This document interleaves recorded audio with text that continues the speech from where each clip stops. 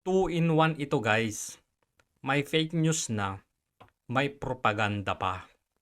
Mabuti na lamang at merong isang reporter na nakahuli ng sinabi ni Yusek Claire Castro. Ito ay January 28. Balikan natin yung January 27. Play natin to ha. Hindi makasagot o tarantang-taranta si Claire Castro dito. Play natin to. Katrina Domingo, ABS-CBN. Undersecretary, confirm lang po namin first if yung data na binigay nyo kahapon with regard to the unemployment and underemployment rate is the year-end data for 2025 or is it just for December 2025? Year on year. Year-on-year November, year-on-year December? November. Sa akin, Kita nyo yung tsura niya? Oh, November. pagkakaalam. So, Balikan natin yung kahapon, yung 27. Pakinggan nyo mabuti to ha. Pinangunahan ng Pangulo ang 7th Economy and Development Council meeting sa Malacanang kahapon. Ang nasabing pagpupulong, binigyan diin ng economic team ng Pangulo na nalampasan ng pamahalaan ang mga target na naglalayong magbigay ng trabaho sa tao at mabawasan ang kahirapan sa bansa noong nakaraang taon. Noong 2020, umabot sa 10.3% ang unemployment rate sa bansa. Naitala ang 4.7% noong 2025. Ibig sabihin nito ay dumarami na ang mga kababayan nating may disenteng trabaho. Nahuli nyo yung propaganda ni Claire Castro? Ano yun, gossip? Ang basis niya ng unemployment rate ay 2020. Ikinumpara niya sa unemployment rate ng 2025. Ano ba ang meron sa 2020? Panahon ni Pangulong Duterte. Ano ba ang meron sa buong mundo noong 2020? Pandemic. Natural lamang na mataas ang unemployment rate, which is, sabi nga niya, 10.3%. 10.3 ba? O 10.3. Sabihin na lang din 10%. I'm not sure dun sa point. Ngayon, ikinumpare niya sa 2025 na 4.7 daw. Naturalmente, mukhang bumaba ang unemployment rate. Mas mababa kumpara sa panahon ni Pangulong Duterte. Katanga-tangahan, dito kayo inuulol ni Claire Castro. Bakit mo ikukumpara yung unemployment rate noong 2020 samantalang literal na halos lahat ay nagsara? Napakaraming Pilipino ang nawalan ng trabaho. May pandemya. Kita nyo yung katangahan niya? Kita nyo yung propaganda niya? Sabi niya dito, 2025, 4.7%. Balikan natin yung January 28. ma'am, pag kinumpare po natin sa November 2024 at saka November 2025, which ma'am, sorry check ko lang po yung data. Yung nilabas po kasi ng PSA, November 2025 is 4.4. Ang data niyo po na binigay kahapon is 4.7. So, fake news siya kahapon. Yung PSA, 4.4. Yung sa kanya, 4.7. Lumala pa nga dapat yan, di ba? Kasi nga, pinalaki mo.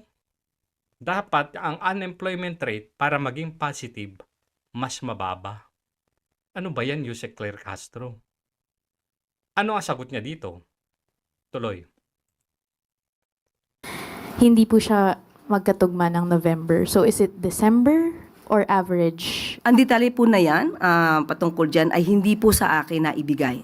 Yan lang pong inireport ko sa inyo kahapon, yan lang po ang ibinigay sa atin mula sa meeting sa EDC. Sige po. So, ibig sabihin, kung ano lang yung sinusubo sa kanya, yun din ang niluluwa ng kanyang bunganga. Akala ko ba, Yusek Claire Castro, sabi mo, na yung mga pinagsasasabi mo dyan ay mahibasbas yung Pangulo. So mali-mali na naman yung data. Sa halip na maganda sana kasi mababa, 4.4, pinalaki mo 4.7. Tapos kahapon, January 27, baka hindi na kahapon itong mapapanood nyo pag napanood nyo tong video na to, no? So yung date na lang. January 27, kinumpir mo sa 2020, tanga ka.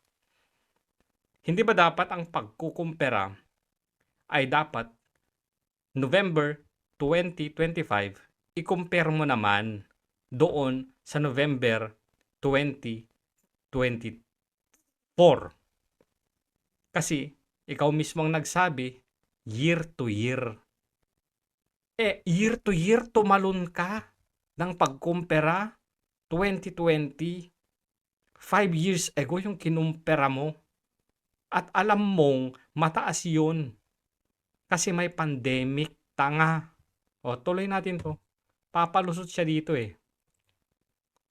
Ma'am, regardless kung year-on-year November or average year-on-year 2024 to 2025 yung comparison, tumaas pa rin po yung rate ng unemployment sa Pilipinas based dun sa data na binigay kahapon na ni-raise doon sa economic meeting ng Pangulo sa Malacanang. To what do you attribute the worsening unemployment situation in the Philippines? So mas tumaas pala yung unemployment rate kung ang gagamitin niya ay yung data ng 2024. Kaya naman pala hindi niya ginamit. Kaya naman pala ang ginamit niya ay yung 2020 para pagmukhain na bumaba from 10.3% bumaba ng 4.4 or 4.7%. Kita mo ang katarantaduhan na sana ang ikukumpara mo ay yung performance ng administrasyon ngayon. Hindi mo ikukumpara doon sa administrasyon na nakaraan. Okay lang sana kung ang data ay 2023, compare mo sa 2022. Okay lang yun. Malapit. Pero 2020, tumalon ka. 2025, ang layo. At again, uulitin ko ha, yung pinagkumperahan mo, alam ng lahat na may pandemic. Walang trabaho ang mga tao kaya tumalon ng 10.3% ang unemployment rate noon. Tinatanga mo talaga ang mga tao. Basag na basag siya dito Regardless nahalata niya Kahit pa year to year or month to month. Regardless, tumaas pa rin ang unemployment rate. Kaya naman pala, hindi mo kinuha yung data. Ilan ba kaya yung dito? Yung rate nung 2024? I think masasabi dito, something 3.8%. Tuloy natin to.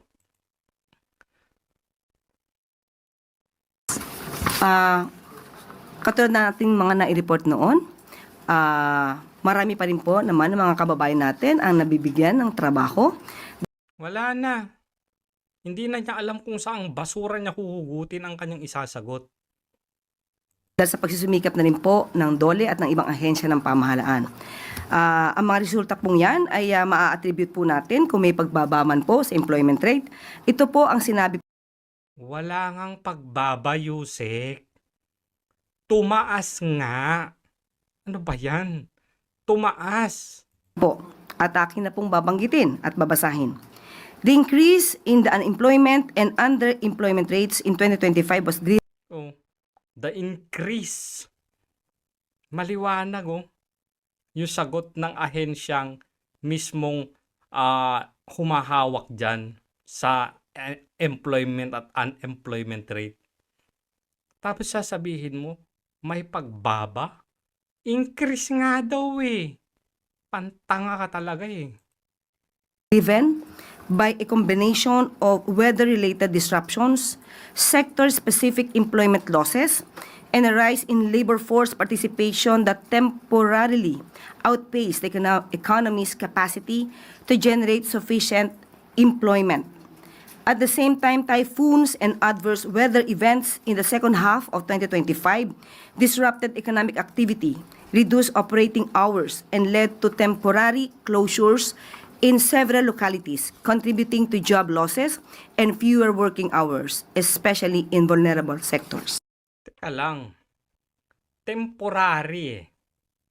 So kung temporary, bumalik din naman sila sa kanilang mga trabaho. Kunwari, sabi mo, typhoon, may bagyo.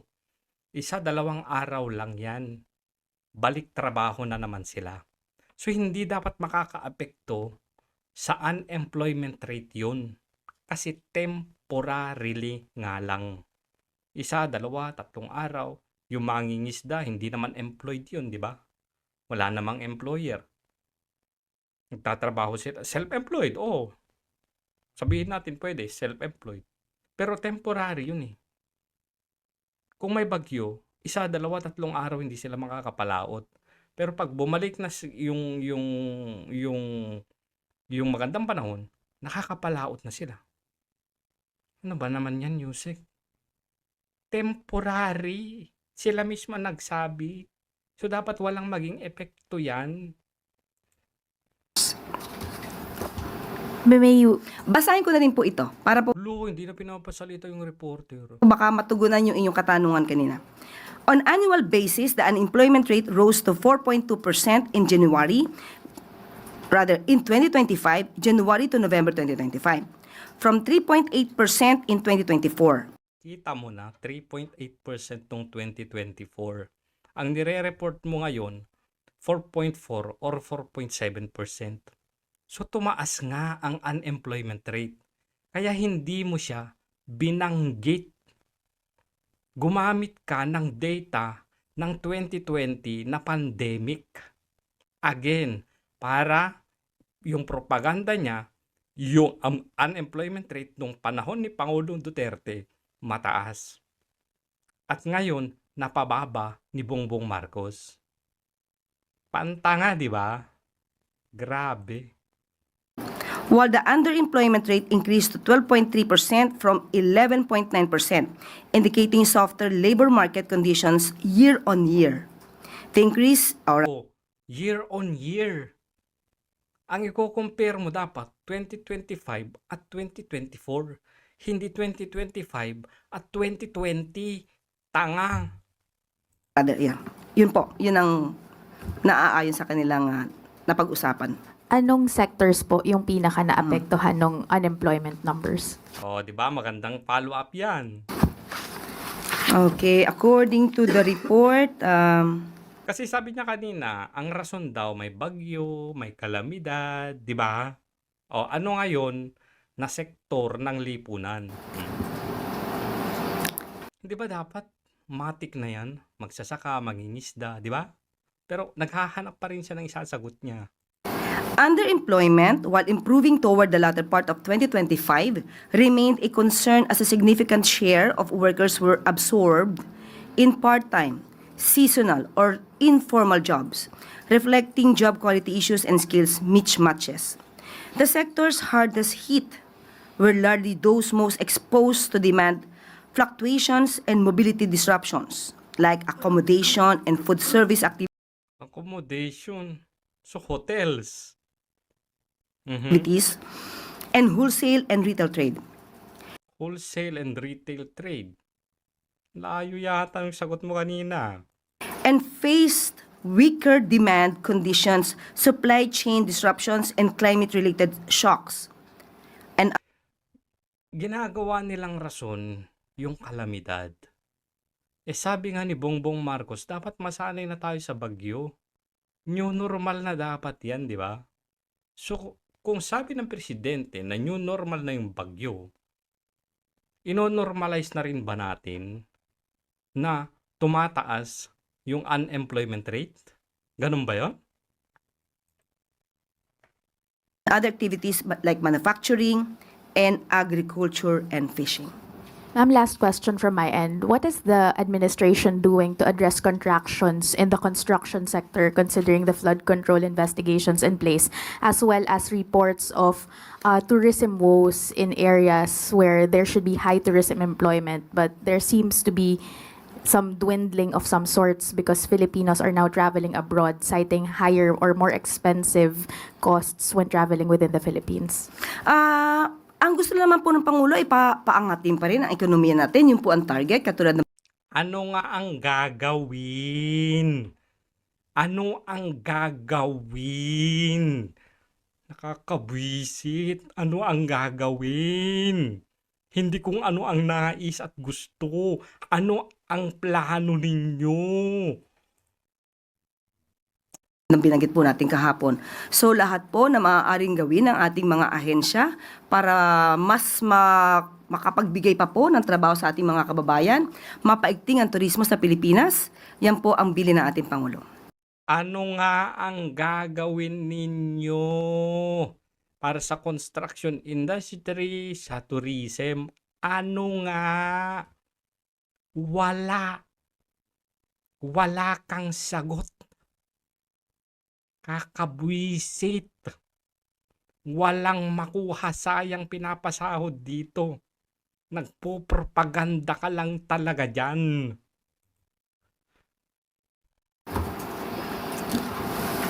Tapos na, wala na. So, fake news ka. Sa halip na 4.4%, ginawa mong 4.7%. Propagandista ka talaga. Bakit? Sa halip na year to year ang pagkumparahin mo, 2024 at 2025, ang ginamit mo, yung data ng 2020 na mataas ang unemployment rate dahil sa pandemic, binangga mo sa 2025 na 4.4% or 4.7%, mamili ka na dyan, para pagmukhain mo na napababa ni Bongbong Marcos ang unemployment rate. Pero, ang katotohanan pala ay nung 2024, 3.8% lang ang unemployment rate. Tumaas nung 2025. Kaya hindi mo ginamit yung data ng 2024. Propagandistang fake news peddler ka talaga.